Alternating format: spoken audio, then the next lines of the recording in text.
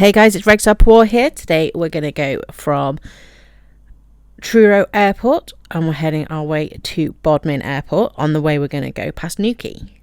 So let's get in the air.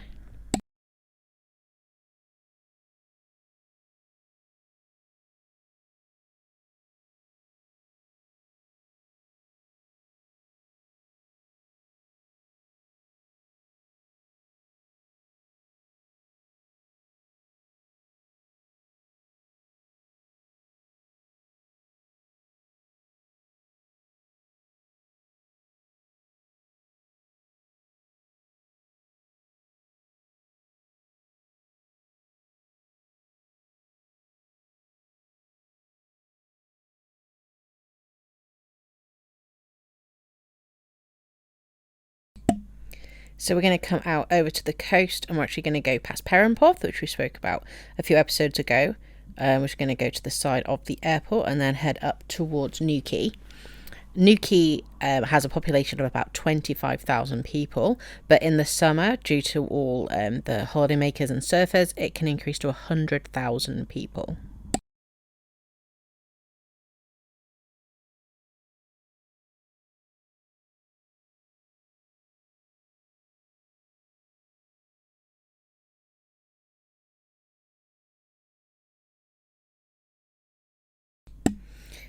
Newquay is widely regarded as the surf capital of the UK. At the centre of Newquay surfing is Fistral Beach, which has a reputation of one of the best beach breaks in Cornwall.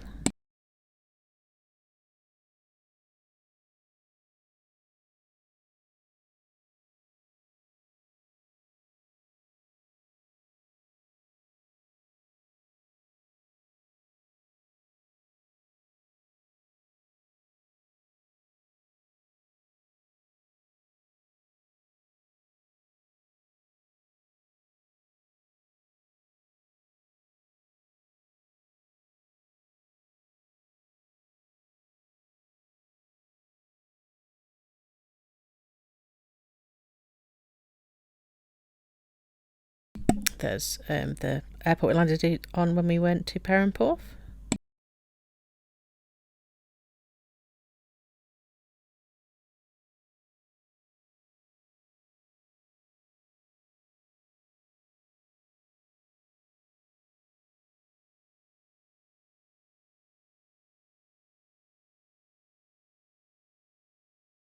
There's a good shot of Perranporth there.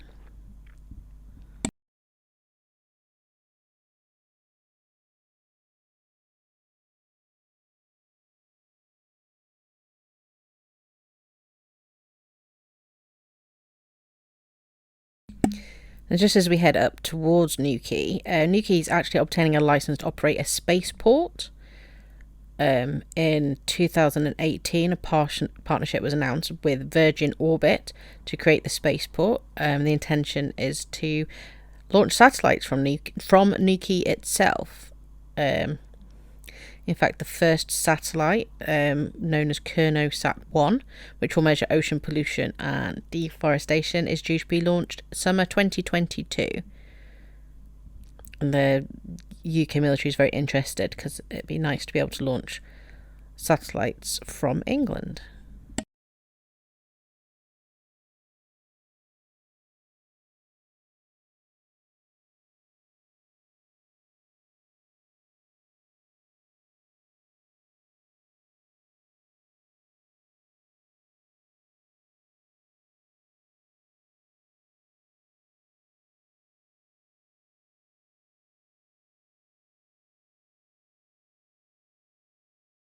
The author William Golding is from Newquay, and he is famous for writing the book Lord of the Flies.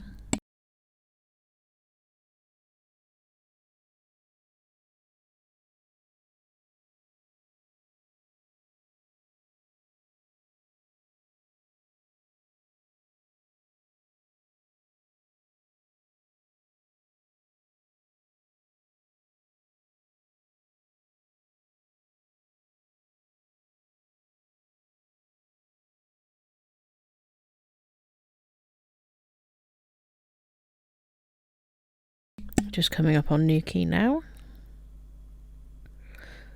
There's a hotel called the Headland Hotel next to Fistral Beach, which has been used in many films, including Wild Things in 1988 and The Witches in 1990.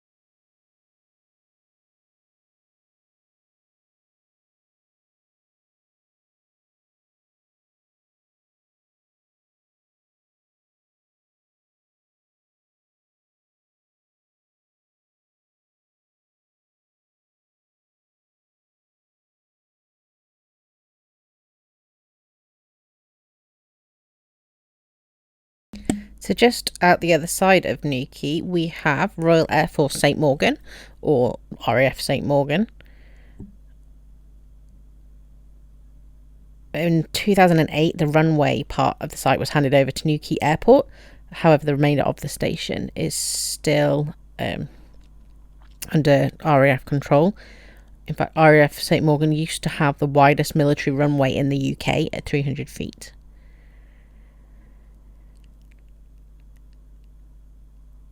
It became RAF St Morgan in 1943, and in June of that year, the United States Air Force took over and carried out lots of improvements, including a new control tower and extension of the runway.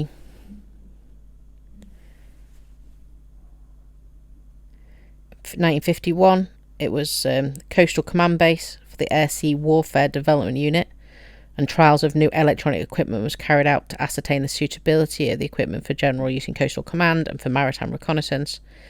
They mainly flew Avro Shackleton aircraft, but also Avro Lancaster. In fact, the last Lancaster in RAF operational service left RAF St Morgan, and it was an MR3 variant, which was the School of Maritime Reconnaissance. In fact, it was even considered as the location for the UK spaceport, which eventually ended up in Newquay. It's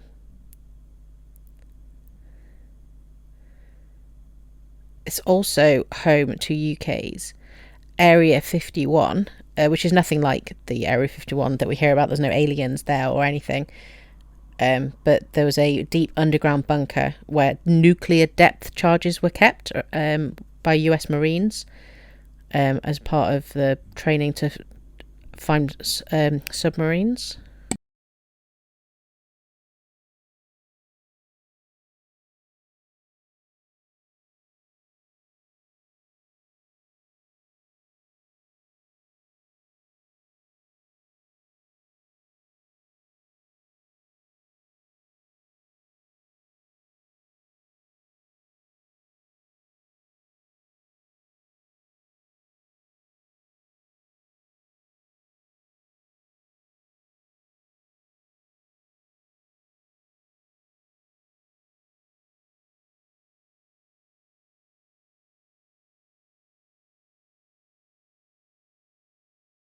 So now we're going to head towards Bodmin. Most famous for Bodmin Jail. It was operational for over 150 years, but it's now partly ruined. It was built in the late 18th century, and it was actually the first British prison to hold prisoners in separate cells rather than in a big communal space. Sometimes there was quite a few people in each separate cell, but it was rather than like a large communal storage of everybody.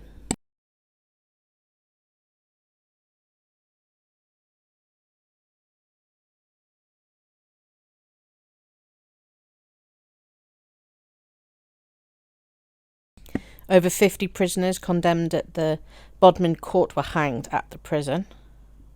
It was also used temporarily to hold prisoners who were sentenced to transportation to the colonies, America, Australia.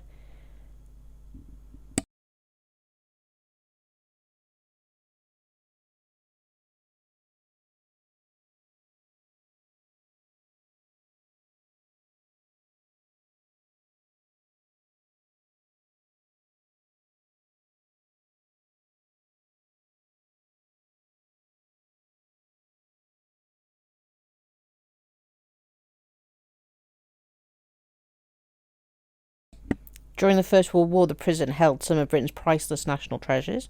This included the Domesday Book.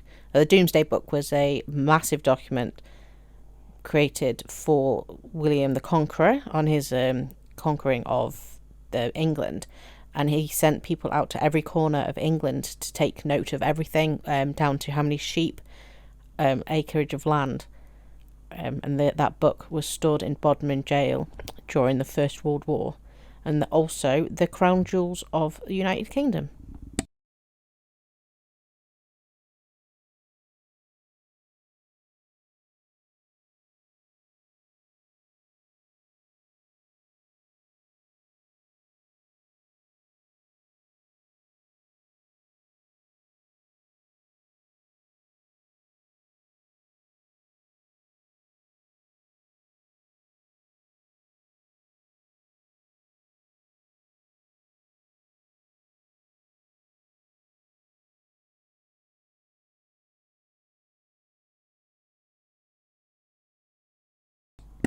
From Bodmin is William Hamley, who's the founder of Hamley's Toy Shop, which is a massive toy shop in central London, now on Regent Street.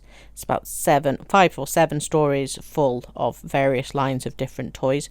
There's also numerous stores throughout the country, and I think about 90 franchisees around the world.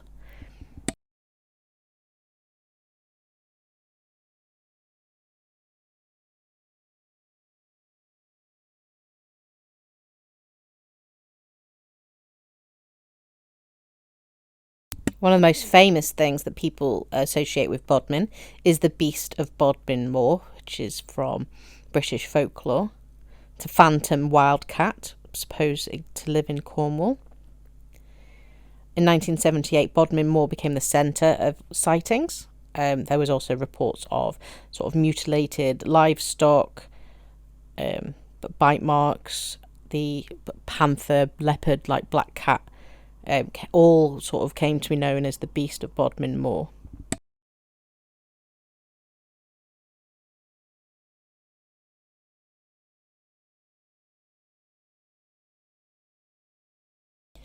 The general consensus of scientists reject this.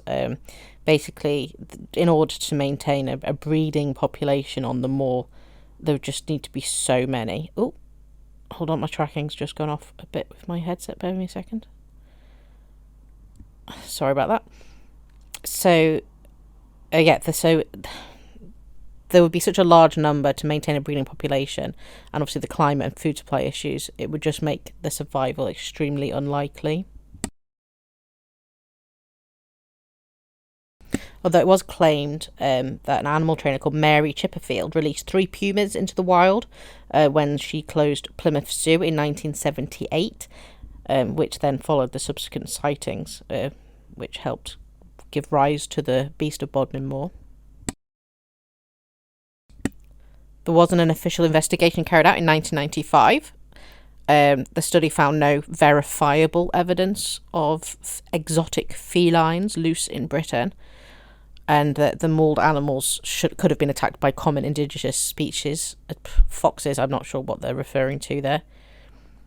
So there's no verifiable evidence for the presence of a big cat. There is no significant threat to livestock from a big cat in Bodmin Moor.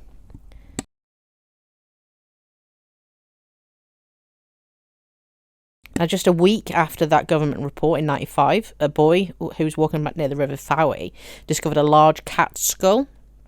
It was about 4 inches long, 7 inches wide, and it was lacking its lower jaw, but possessed 3 sharp canines that suggested it might be a leopard. The story hit the press about the same time as the official denial.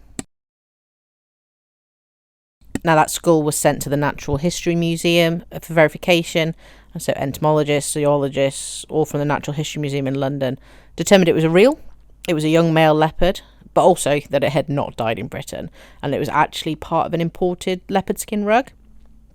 The back of the skull was too cleanly cut off in a manner that's really a common way of mounting the head on a rug. There's also an egg case inside the skull, laid by a tropical cockroach that could not be found in Britain.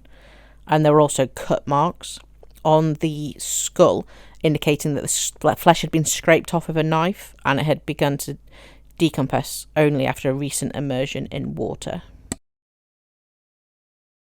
Now, I'm coming close to Bodmin Airfield. I have absolutely no idea where it is. It is very close, so we could have a remake of the landing at Perranporth where I have to throw an error message up. Just keep our eyes out for it. I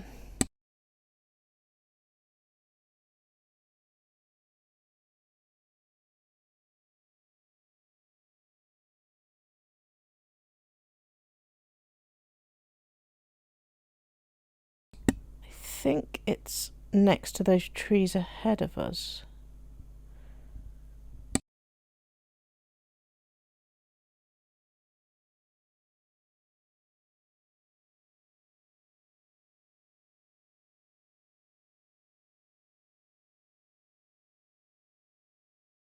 Okay, this isn't going to be a pretty landing. Let's hope we miss these trees. And we're down. Thank you for flying Regstar Airways. Next episode we'll be heading back into Devon, but on the north coast. As ever, please like and subscribe, and I look forward to seeing you next time. Have a good day. Thanks, guys.